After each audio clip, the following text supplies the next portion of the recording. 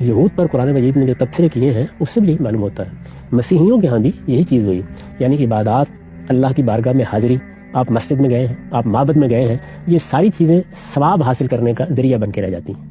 یعنی ان میں جو اصلی مقصود ہے، جو اصلی پیغام پوشیدہ ہوتا ہے، اس کی یاد دہانی کی ضرورت ہے۔ یہ بتانا ہے کہ یہ سب تم کیوں کرنے آ رہے ہو، تمہیں کیوں بلایا گیا ہے، 5 وقت اللہ تعالیٰ نے کس چیز کی طرف دعوت دی ہے تمہیں، اور اگر آئے ہو تو یہاں سے کیا پیغام لے کے جا رہے ہو، تمہارے نفس کو خدا نے مخاطب کیا ہے، کیا خطاب کر کے فرمایا ہے۔ تو یہ چیزیں ہیں جن کے بارے میں علماء کا کام ہے کہ وہ لوگوں کو متنبہ کریں، اساتذہ کا کام ہے کہ وہ اپنے تلامذہ کو یہ چیزیں سکھائیں۔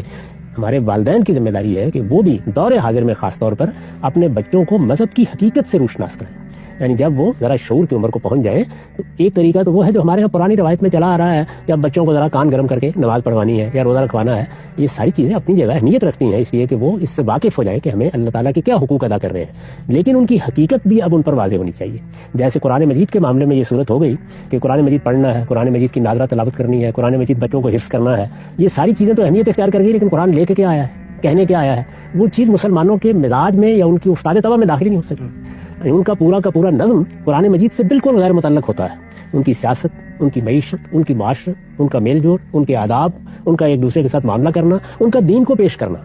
یعنی اگر کوئی آدمی دین پیش کرنے کے لیے بیٹھا ہے، یہ بڑی دلچسپ اور انتہائی مزے کا خیز صورت بن جاتی ہے، دین پیش کرنے کے لیے بیٹھا ہے تو ہم دیکھتے ہیں کہ نہ اس کا لب و لہجہ وہ ہے جو پیغمبروں کا، صالحین کا ہونا چاہیے، نہ اس کے اسلوب میں درد مندی ہے، نہ وہ لوگوں کے دلوں میں اترنے کی صحیح کر رہا ہے۔ اس کے پیش نظر بھی کیا ہے، مناظرے جیتنے، مجھے دوسروں کو نیچا دکھانا ہے، مجھے اپنی برتری لوگوں پر قائم کرنی ہے، مجھے ان کے ذہنوں پر حکومت کرنی ہے، مجھے ان کو اپنا تابع بنانا ہے۔ یہ چیزیں اگر ہیں تو اس کا مطلب یہ ہے کہ مذہب کی زبان ہے لیکن اس میں شیطان بول رہا ہے۔